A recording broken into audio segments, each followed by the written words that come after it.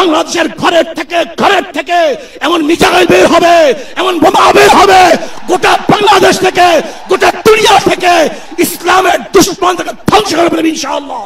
আজকে সম্মেলন কেন?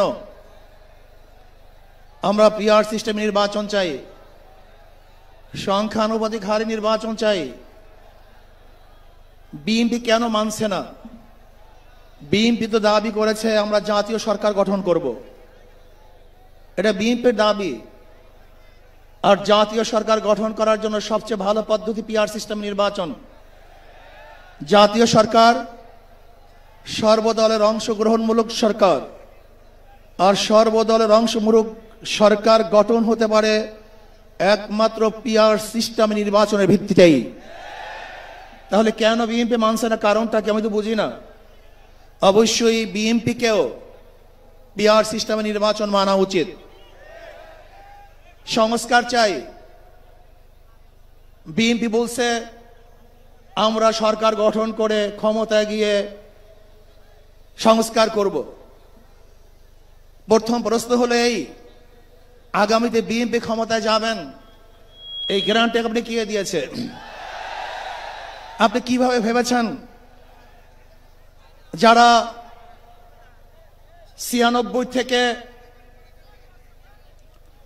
96 পর্যন্ত ফেল করার কারণে 96 ক্ষমতায় আসতে পারে নাই, আবার 2001 থেকে 2005 পর্যন্ত দেশ চালাবার কারণে 2008-এও তারা ক্ষমতায় আসতে পারে নাই। 2001-এ বিএনপি ইশতেহার ঘোষণা করেছিল, সেই ইশতেহারের মধ্যে 10%ও বিএনপি বাস্তবায়ন করতে পারে নাই। এমনকি 2001-এ বিএনপির ইশতেহারের 1 নম্বর শর্ত তারা পালন করতে পারে নাই। আমি বিশ্বাস করি আগামীতে ক্ষমতায় কে যাবে না না যাবে আমি জানি না, কিন্তু বাংলাদেশের জনগণ কোন দুর্নীতিবাজ, চাঁদাবাজ, দখলবাজ, খুনিদেরকে আর ক্ষমতায় নিবে না। বাংলাদেশের জনগণ রক্ত দিয়েছে, জীবন দিয়েছে বাংলাদেশে চাঁদাবাজি করার জন্য নয়, খুন করার জন্য নয়, দেশকে দখল করার জন্য নয়, দুর্নীতি করার জন্য মানুষ রক্ত দেয় নাই, জীবন দেয় নাই। বাংলাদেশের মানুষ জীবন দিয়েছিল, মানুষ মুক্তি পাবে, শান্তি পাবে। আমার গরিব দুঃখী মানুষ ক্ষুধার্ত থাকবে না, বাংলাদেশের একজন মানুষও খোলা আকাশের নিচে থাকবে না, বাংলাদেশের একজন গরিব বস্ত্রহীন থাকবে না। আমার বাংলাদেশের কোন মানুষ গুম হবে না, খুন হবে না, বাংলাদেশের কোন ব্যবসায়ীকে চাঁদা দিতে হবে না, বাংলাদেশের প্রত্যেক নাগরিক অধিকার বাস্তবায়ন হবে, তারা শান্তিতে বসবাস করতে পারবে, নির্বিঘ্নে ঘুমাতে পারবে, আমার মা বোনরা ইজ্জত দিয়ে রাস্তায় চলাফেরা করতে পারবে। বাংলাদেশের মসজিদ থাকবে, মাদ্রাসা থাকবে, দাড়ি থাকবে, টুপি থাকবে, দাড়ি পরে কেউ আক্রমণ করতে পারবে না, টুপিকে ছিনিয়ে কেউ নিতে পারবে না, ইসলামের বাইরে কেউ আইন পাস করতে পারবে না। এর জন্য জীবন দিয়েছিল, রক্ত দিয়েছিল। দ্বিতীয়বার দাড়ি টানবে এই দৃশ্য দেখার জন্য মানুষ রক্ত দেয় নাই। মৌলবাদীর বিরুদ্ধে আঙ্গুল তুলবে, মোল্লা বলে গালি দিবে, আজকে টুপি দাড়িওয়ালাদেরকে ক্ষমতায় যেতে দেবে না, এই স্লোগান শোনার জন্য মানুষ রক্ত দেয় নাই। এই দৃশ্য দেখার জন্য বুকের তাজা রক্ত জমিনে ঢেলে দিয়ে মানুষ শাহাদাত বরণ করে নাই, বরং বাংলাদেশের মানুষ শাহাদাত বরণ করেছিল এই জাতিকে মুক্তি দেওয়ার জন্য, কোরআন ও সুন্নাহর আইন বাস্তবায়ন করার জন্য। বাংলাদেশের মানুষ ওই ভারতের গোলামি করার জন্য রক্ত দেয় নাই। বাংলাদেশের মানুষ ভারত আমাদের দেশে কর্তৃত্ব নেতৃত্ব করবে, আমেরিকা আমাদের দেশে কর্তৃত্ব নেতৃত্ব করবে, এর জন্য বাংলাদেশের মানুষ জীবন দেয় না, রক্ত দেয় নাই। বাংলাদেশের মানুষ সাধন, তারা নিজেরা আইন প্রণয়ন করবে, নিজেরা সংসদ পরিচালিত করবে, তারা নিজেদের পায়ে দাঁড়াবে, বাংলাদেশের মানুষ জীবন দিতে পারে কিন্তু কার গোলামি করতে পারে না। প্রিয় ভাইরা আমার, আমি বিশ্বাস করি আজকে মঞ্চে যারা আছেন, যদি আমরা মুনাফিকি না করি, মঞ্চে যারা আছেন যদি মুনাফিকি না করি,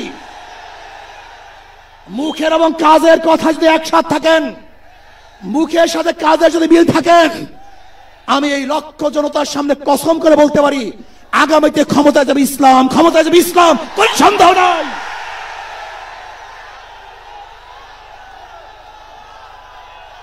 কিন্তু খবরদার, যদি মুনাফিকি করি তাহলে এদেশের মানুষ সচেতন হয়েছে, এদেশের মানুষ সব জ্ঞানী হয়ে গেছে। বিশ্বাস করবেন না, একজন রিক্সাওয়ালা, ঠেলাওয়ালা, কুলি মজদুরের বক্তব্য শুনলে আমরা আশ্চর্য হয়ে যাই বাংলাদেশের মানুষ কত সচেতন, তারা কত সচেতন হয়েছে। যদি আমরা মুনাফিকি না করি, যদি আমরা ঐক্যবদ্ধ থাকি, বাংলাদেশে একটা বাক্স ইসলামের নামে দিতে পারি। যেরকম আমেরিকা এবং ওই জারস ইসরায়েল ইরানের উপর আক্রমণকারী ভেবেছিল মুহূর্তের মধ্যে নিচ্ছিন্ন করে দিবে, কিন্তু আক্রমণ করার পরে দেখেছে ইরানের গুহার থেকে কোথার থেকে বোম মিজাইল চলে আসছে। আমেরিকা এবং ইসরায়েল যেরকম অনুভব করতে পারে নাই, বাংলাদেশের বুকে যদি একটা বাক্স দেওয়া হয়, বাংলাদেশের ঘরের থেকে এমন মিসাইল বের হবে, এমন বোমা বের হবে, গোটা বাংলাদেশ থেকে, গোটা দুনিয়া থেকে ইসলামের দুশমনদেরকে ধ্বংস করে ফেলবে ইনশাআল্লাহ। ঐক্য হন, মুনাফিকি করবেন না, একসাথ হন, ঐক্যবদ্ধ হন। এইটা আমার মেসেজ থাকবে। যদি ঐক্যবদ্ধ ভাবে ক্ষমতার লোভকে সংবরণ করে আমি ক্ষমতায় যেতে চাই না, ইসলামকে ক্ষমতায় নিতে চাই। আমি ক্ষমতায় যাইতে চাই না, কোরআন ও সুন্নাহকে ক্ষমতায় নিতে চাই। যদি আদর্শ লালন করেন, এই নীতি আদর্শ যদি গ্রহণ করেন, ইনশাআল্লাহ নাসরুম মিনাল্লাহি ফাতহুন করিব অবাশশিরিস সাবিরিন। সেই দিন আসতেছে, আমি দেখতেছি, মনে হয় আমার চোখের সামনে আমি দেখতেছি ওই সংসদের মধ্যে কলেমার কথা হবে, কোরআন ও সুন্নাহর কথা হবে, লা ইলাহা ইল্লাল্লাহ উচ্চারিত হবে। গোটা বাংলাদেশের মানুষ শান্তিতে বসবাস করতে পারবে, জুলুম থাকবে না, অত্যাচার থাকবে না, অবিচার থাকবে না। প্রত্যেকটা মানুষের প্রাপ্তি তাদের ঘরে ঘরে পৌঁছানো হবে। আজকে আমার মা বোনেরা মনে করছে ইসলাম ক্ষমতা আসলে আমাদের অবস্থাটা কি হবে। ইসলাম ক্ষমতা আসলে প্রত্যেকটা মা বোনের ন্যায্য অধিকারকে প্রতিষ্ঠিত করা হবে। ইসলাম ক্ষমতা আসলে আগামী 5-10 বছরের মধ্যে সমস্ত গরিবরা দরিদ্র সীমার উপরে চলে যাবে। ইসলাম ক্ষমতা আসলে 28 লক্ষ কোটি টাকা বিদেশে পাচার হবে না, দুর্নীতি থাকবে না, জুলুম থাকবে না, অত্যাচার থাকবে না, নির্বিচারে কোনো মানুষ আর খুন হবে না, গুম হবে না। ইসলাম ক্ষমতা আসলে শ্রমিকদেরকে তাদের অধিকার আদায়ের জন্য রাস্তায় নামার কোনো প্রয়োজন হবে না। ইসলাম ক্ষমতা আসলে কৃষক, শ্রমিক, মজদুররা তাদের অধিকারকে প্রতিষ্ঠিত করার জন্য ইসলামী সরকার তাদেরকে নিয়ে কমিটি গঠন করে তাদের প্রাপ্তি তাদের কাছে পৌঁছায় দেবে। আসুন ইসলাম হুকুমাত কায়েম করার জন্য আমরা চেষ্টা করব। আজকে আমাদের এই জনসভায় যশোর থেকে আমার কিছু ভাই আসার সময় তার অ্যাক্সিডেন্ট হয়ে শাহাদাত বরণ করেছে। আল্লাহ তাদেরকে জান্নাতুল ফেরদাউস দান করেন। আমার অনেক ভাইয়ের আহত অবস্থায় আছে, আল্লাহ পাক তাদেরকে সুস্থ করে দেন। আসুন আজকে জনসমুদ্রে আমরা আসছি, আমাদের টাকা নাই, পয়সা নাই, নিজের পয়সা দিয়ে এসছি, নিজের খানা খেয়েছি। এই জাতিকে, এই দলকে, এই কাফেলাকে গোটা দুনিয়ার কোনো প্রশক্তি পরাজয় করতে পারবে না, থামিয়ে রাখতে পারবে না। অবশ্যই ইনশাআল্লাহ আমরা বিজয় হব। আল্লাহ আমাকে এবং সবাইকে ইসলাম হুকুমাত কায়েম করার তৌফিক দান করেন। আমা আলাইনা ইল্লাল বালাগ। আসসালামু আলাইকুম ওয়া রাহমাতুল্লাহ। আপনার স্বপ্নগুলো আকাশ ছুবে প্রবাসীর হেলিকপ্টারের মাধ্যমে। বিয়ে, জন্মদিন অথবা যে কোনো বিশেষ প্রয়োজনে হেলিকপ্টার ভাড়া করতে যোগাযোগ করুন স্ক্রিনে দেয়া নাম্বারে। প্রবাসীর হেলিকপ্টার, নিরাপদ ও সাশ্রয়ী বাহনের বিশ্বস্ত নাম।